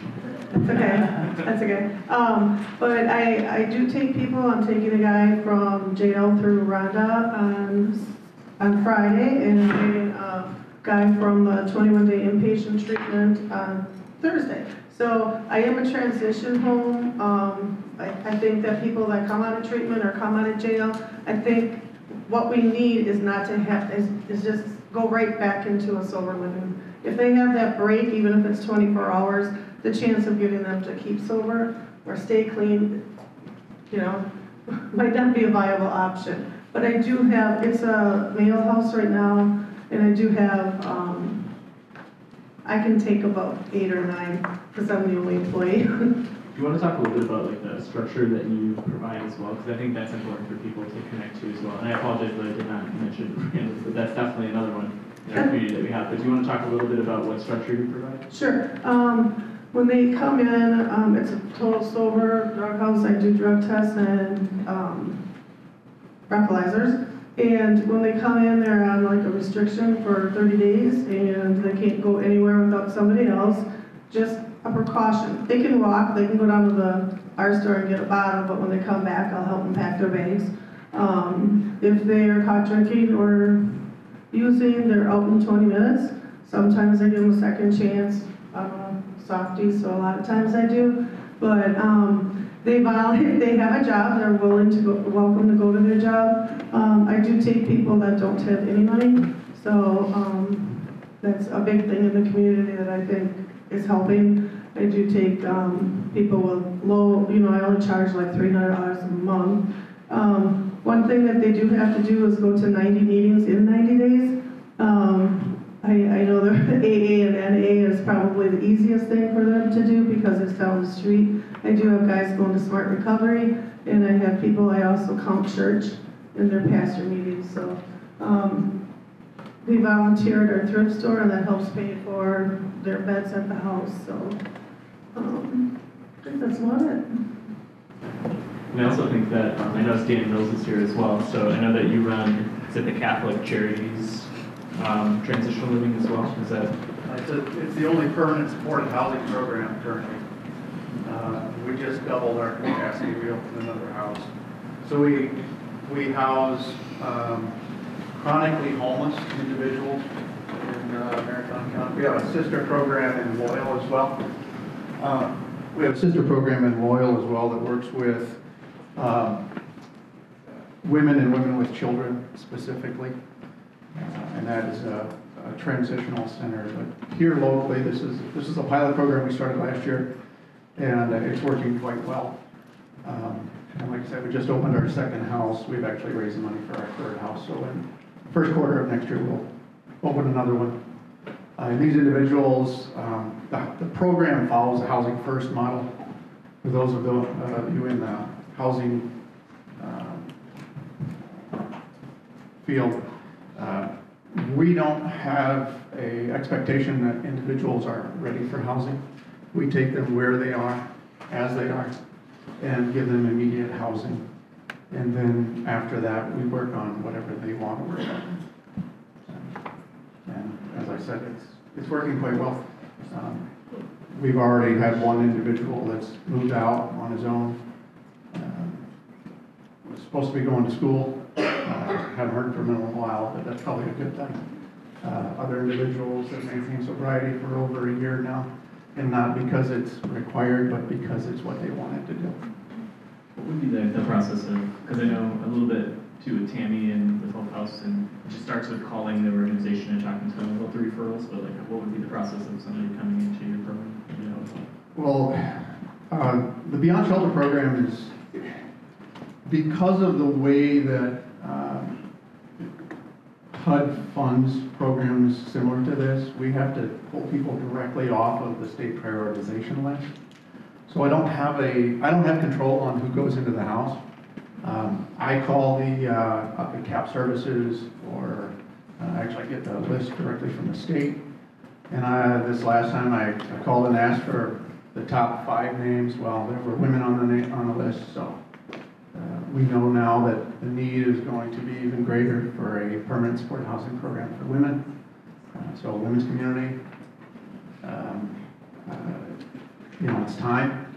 But I pull people directly off of that list, and I pull them bases on whoever's been on the list the longest. The last 3 individuals that we just housed were homeless on the streets of Wausau for 36 months, 30 months, and 22, respectively. So I hear that we're having different groups for, women or men. What about the transgender population? Because the addiction and the mental illness and the abuse is still very, very, very strong. So I think it's great that we're getting these women's groups and men's groups, but that's a huge culture, a group that you also need to service. So just don't forget about that part. Yeah, I think the sensitivity to both to gender as well as culture and ethnicity is really important. So all those things combined, taking those into consideration is really important. So definitely at the planning stages, we're ahead of we can, now is the time to have those conversations. I want to thank our panelists first, though. Can we give them a round of applause at this? One of the individuals we had speak last year at our recovery summit, her name's Bev. Bev lost her daughter to a heroin overdose a number of years ago. And one of the exciting initiatives, for those of you that aren't familiar, if you've heard of the AIDS quilt, where you can do a quilt square in honor of someone that maybe has been lost to the disease. She actually started a Faces of Addiction quilt that's traveled around the state. And we're really excited. We've had her here a couple different times, and we actually have squares here for the quilts. So while you're here today, you can write on it. You can create one for an individual that maybe is in recovery, someone that's maybe active in their addiction, somebody that's maybe been is incarcerated currently, or maybe someone that you've lost. And if you'd like to put pictures on it and so on, there's actually, I only have one instruction sheet left with the squares. I can't remember which colors are exactly which. Mandy can tell you. But there are squares here. There are the markers that can write on these squares here. So if you want to do that while you're here today and leave them here, we'll make sure that Bev gets them. Can you tell a little bit about? Yep. So the first quilt that was ever made, we're kind of honored at Urgent. We actually get to keep that quilt forever, and we have it in our large meeting room. The second quilt that was just made is the traveling quilt, and so far they are up to 3 huge quilts, and it just keeps growing. Bev Miller is quite an amazing woman. If you've never heard her speak, you should. And she is my actual secondary in-charge recovery coach going in the hospital with Bell Health, which I am pretty excited about. Okay, so the squares are outlaid like this. The white square is for those individuals who are currently in recovery, so sober. The black squares are for those who have lost their lives to this disease. The red is for those who are still struggling, and the gray is for those who are incarcerated. Thank you. Remember all that? And like I said, there's actually a sheet out there that explains kind of what, it'll come on eventually. Just keep taking it. That's why you have long nails, so you can make that noise. But there's only one sheet out there that has the directions, so I guess I'd ask, please don't take that sheet, because it's the only one I have left. I don't have it electronically at my fingertips. So if you need to take a picture of the directions, take a picture of the directions. We all have, majority of us have some sort of apparatus to do so. Wow. I just drove over from Neenah, like literally 5 minutes ago. So my name is Michelle Devine-Giese, and I am president of Step Industries. And I was here last year talking to you about Step Industries and sober living. We now have some changes happening. Mooring programs, are you familiar with mooring programs? No? Okay. When she gets the PowerPoint in, you'll be more familiar. Mooring programs is residential treatment in Appleton. They have gender-specific treatment, Mooring House for men and Casa Clare for women. They have been in operation since the 1970s and help about 350 to 400 people a year. The two organizations have partnered since the inception of STEP, which has been 35 years this year. And the board of directors came to me. Sorry, we're dragging it out. Which one is it? Down. That one? Yep. She'll move you forward. Okay. So the board of directors came to me in June and asked if the two organizations were to merge, if I would oversee both organizations. And so since July, and we had a strategic planning session with both organizations, we have been quickly making that happen. So you are the first public audience to hear about this, hot off the presses. So what our organizations do is take people like Kristen, and this is her real mugshot and her real record. People like Nikki, again, real mugshot, real record. Wait till you see her at the end, she's gorgeous. Alcohol and drugs will do a lot of damage. And we take people who are costing taxpayers and help them become tax-paying citizens. And that's what we do. And we've been doing it together for 35 years. So we take all of those things that were not assets in our using and make them assets in our recovery. So people who are using can be very creative and very resourceful, but now we teach people how to use those resources for positive instead of negative. And we believe in the triangle approach. So if people have education, whether that be treatment, higher education, safe supportive work environment, and safe supportive living, if people have all three of those, they're gonna have the best chance for success. And that's what we do. So mooring programs on its own, these are the two facilities. The one on the left is Mooring House, and it holds 19 men at a time, and then there's houses around the area that also have transitional housing for men. And then, oops, why did it go? Casa Clare for women has 20 women, and women can have their children as well. And we take people in a homey environment and help them work through their addiction. And then when they're ready to move to the next phase, many of them come to Step Industries for jobs.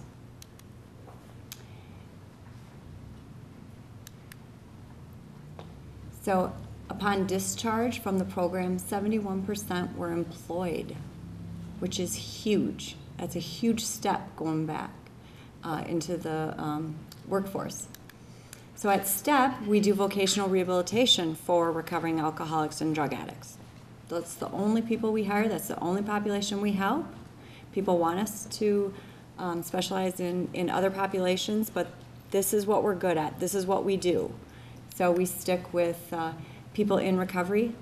STEP Industries is a unique nonprofit. We're a social enterprise. About 85% of our program is self-funded, and 15% comes from private foundations and grants. We get no state or county funding.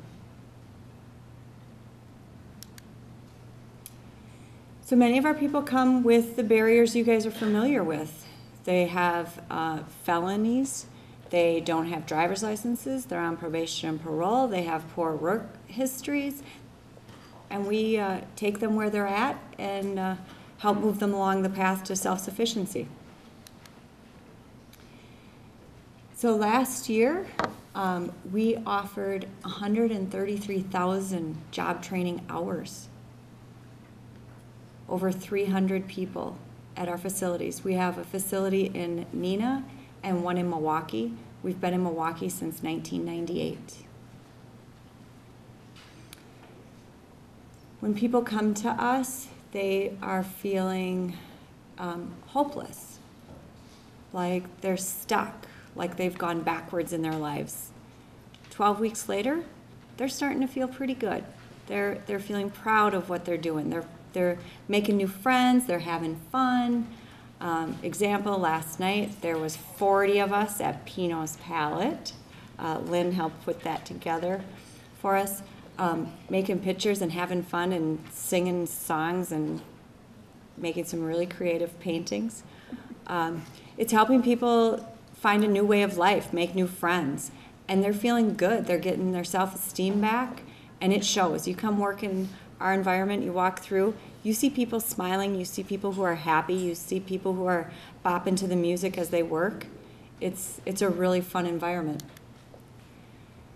But we also help them with their job readiness skills. So getting back into the habits of coming to work every day. You know, a lot of us lost that when we were using. We didn't show up to work. We left work early. We didn't really care about our job. We just found a different one. We didn't really care how it impacted others. Now they care. We teach them anything they need to know. What's appropriate to wear to work? Can you wear a Budweiser t-shirt to work? Not at STEP, you can't. If your supervisor asks you to do something, you do it. You know, if you don't know how to do it, you ask. We'll show you. And we don't judge. Everybody's the same. We expect people to have issues. We expect people to have breakdowns. We expect people to struggle. And we offer support for that. How we pay the bills, cartoning, packaging, assembly, anything that takes hands, we do.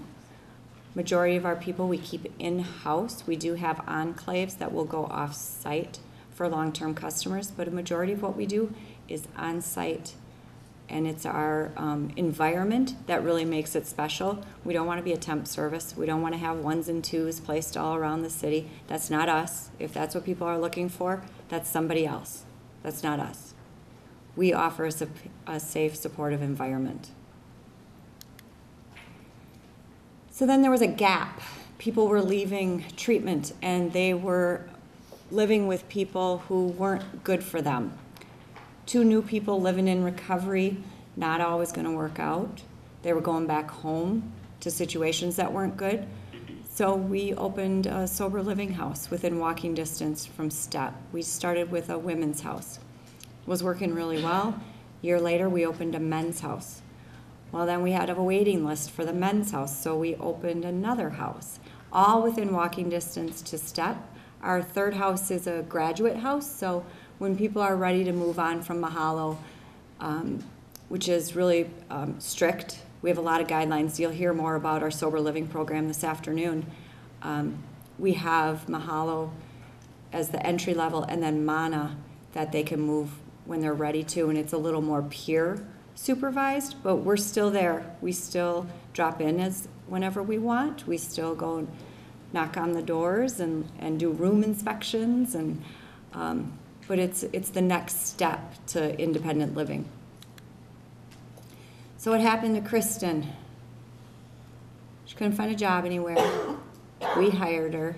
We had some bumps, but we stuck with her. And now she's our customer service and ISO manager. And she has Clayton, who's 2, and is getting married in June. And she has a 4.0. She never thought she'd go back to school. Nikki, wait till you see this picture. This is Nikki. She is the person who hires everybody, who does orientation. She's the person who helps provide support. She goes to the prisons and talks and says, you know what, I was there, you can be here. She offers hope. And that's what we do at STEP, is we offer hope for a different future than the future that many thought they could get. So, we're going to take these 2 organizations and make them one. We're going to take a lot of the good practices that we have at STEP and bring them over to Mooring, and we're going to take the good practices from Mooring and bring them over to STEP.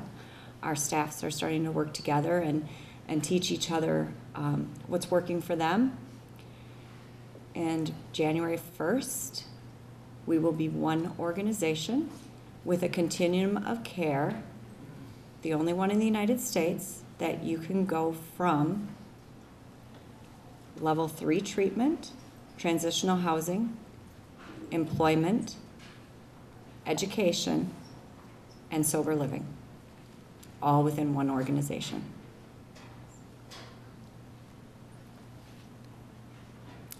Any questions? That was fast. I think a big hand. Good job.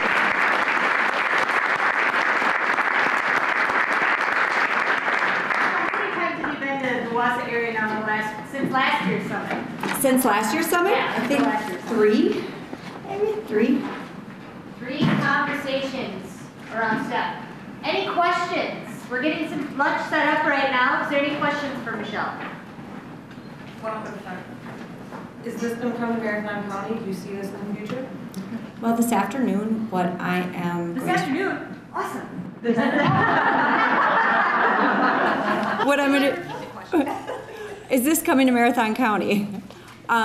This afternoon, what I'm going to present on is we have licensed our sober living program. So I don't want to give too much away, but if Marathon County wants our sober living program, we have created a package that is pretty much plug and play. We've really done a lot of the due diligence and worked out the kinks, and we think we have a pretty good program figured out. I'm always hesitant to promote a lot of sober living because sober living, when done right, is great, but when done not well, can be detrimental to all sober living programs. If you've heard anything about what's been happening in Green Bay, the drug bust was at a nonprofit house, and that has really shed some bad light on nonprofit housing and trying to help people with homelessness. So we also are in process of licensing our whole STEP program. There is another county that's very interested in it and are writing it into a grant that is due Monday. So we're putting together that package that if somebody wanted to open a STEP Industries-like organization, we could sell you the package to do that and help support it as it goes on. But just because we do packaging and assembly, it doesn't mean that's what it has to be. It could be a cafe. It could be a partner with Darjun. I mean, it could be many different things. It doesn't have to be packaging only. How come STEP is not able to receive state or local funding for a program that works so well and probably safe great question. Why can't STEP receive state or federal funding? Well, Lynn and I worked very diligently on a SAMHSA grant. You'd think SAMHSA would really want to fund something like we do, right? You know, helping people become more self-sufficient.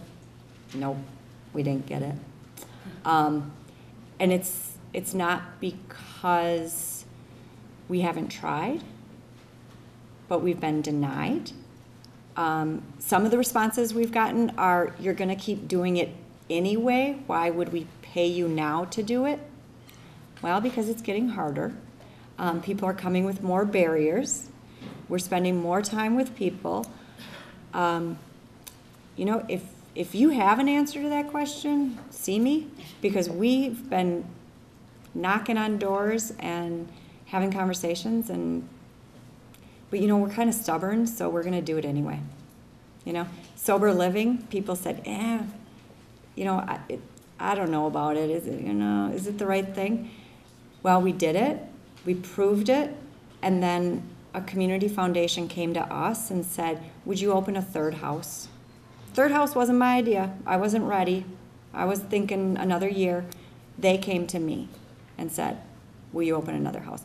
Now other communities are starting to come and say, we want a STEP in our community. Question to that. That's all right, I don't need them. Okay, if you want to stand up, perfect. Do you get any help at all from any division of workforce development that does deal with jobs specifically for the formerly incarcerated? No. We have tried. Because we have a specific environment that we keep people in, we have the incubator. They consider it a sheltered workshop, so they will not fund it. So one of the things that Michelle and I have talked about, when I said, okay, Michelle, what do you need to have this year? So they're under all this mergers, they're very, very busy, and I said, we've got a lot of people that really love this idea, really want it here. So it was, stop me when I'm wrong, I know you do, you can, is a location, preferably, let's just say, a location. It doesn't have to be big. However big it is how big the business will be. Perhaps if there was rent forgiven for a year, maybe 2, so then the business can get up and going. But the business partnerships, the referrals is the important piece. The program doesn't work if there's nothing meaningful for people to do. So one of the things that works at STEP is that we bid every job competitively, and we need to make 100% to pay the bills. And so people know what that 100% is, and when they get to that 100%, the next morning, they're applauding, they're clapping, they're proud. You hear them talking before break. If we do 3 more boxes, we'll make rate. You hear them talking about it. They don't get paid anymore to make rate, but it's a pride thing. So they need something meaningful to do during the day that's also going to help pay the bills, and they can give forward to the next people who need the service. I think one of the most important things for someone in recovery to experience is at the end of the day, they've accomplished something good, and they found some purpose that gives them more strength the next day to keep moving in that direction. Mm-hmm. Yeah. How good does it feel to go home at the end of the day and know you've accomplished something? You sleep well, you wake up feeling good. It might be a little early because we start at 6 a.m., but I mean, they get there early and smoke cigarettes together and hang out, and I mean, it's just a whole camaraderie thing, and they are helping each other in the process. It's beautiful. And it's new to them. Because the other side of that, of addiction and isolation, and the stigma, the labels, the self-esteem, is hard. So last night, I said we were at Pino's Palette. There were these 2 random people who signed up. God help them. They showed up, we're like, who are you? And They were just two people who happened to sign up on our night, and Pino's Palette did a dry night for us because, you know, you're in recovery, you're new, and you're going to go do a painting and everybody around you is going to be drinking alcohol. Not fun. And I went over to these ladies and I said, sorry, you got thrown in with us and we all work together. And they're like, you all work together and you're here? And we're like, yeah. And they're like, you must really like each other. And we're like, yeah, we do. And they're like, you must work somewhere really fun. I'm like, yeah, we do. You know, they had no idea that we were all in recovery. They had no idea. But 40 people, yeah. They didn't get paid to show up. You know, but it's that whole, it's not just the job, it's the whole community, and you can have that here. You know, you can have all of it. You've gotten some more treatment, so that's good. We can get more sober living. Now, some jobs, and it'll spread. It'll make impact in all different kinds of areas. You know, these are going to be great people in your community.